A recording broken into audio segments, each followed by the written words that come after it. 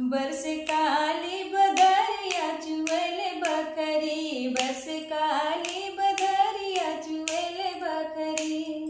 5 रुपया हमरे ससुर के कमाइया, 5 रुपया हमरे ससुर के कमाइया।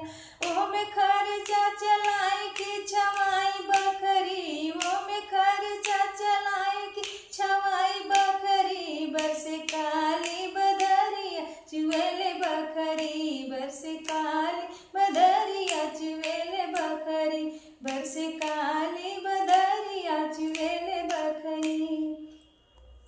5 रुपया हमरे देवरू के कमाइया, 5 रुपया हमरे देवरू के कमाइया। ओमे झूलनी गढ़ाई के छवाई बकरी, ओमे झूलनी गढ़ाई के छवाई बकरी। बरस काली बदरिया चुएले बकरी, बरस काली बदरिया चुएले बकरी। 5 रुपया हमरे भसरू के कमाई, 5 रुपया हमरे भसरू के कमाई।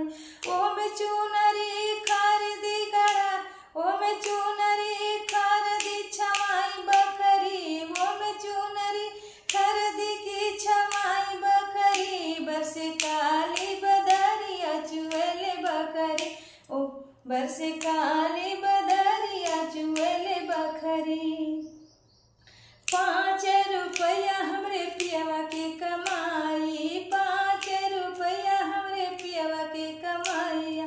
ओमे लड़का पढ़ाई के छवाई बकरी, ओमे लड़का पढ़ाई के छवाई बकरी। बरस काली बदरिया चुएले बकरी, बरस काली बदरिया चुएले बकरी, बरस काली बदरिया चुएले बकरी।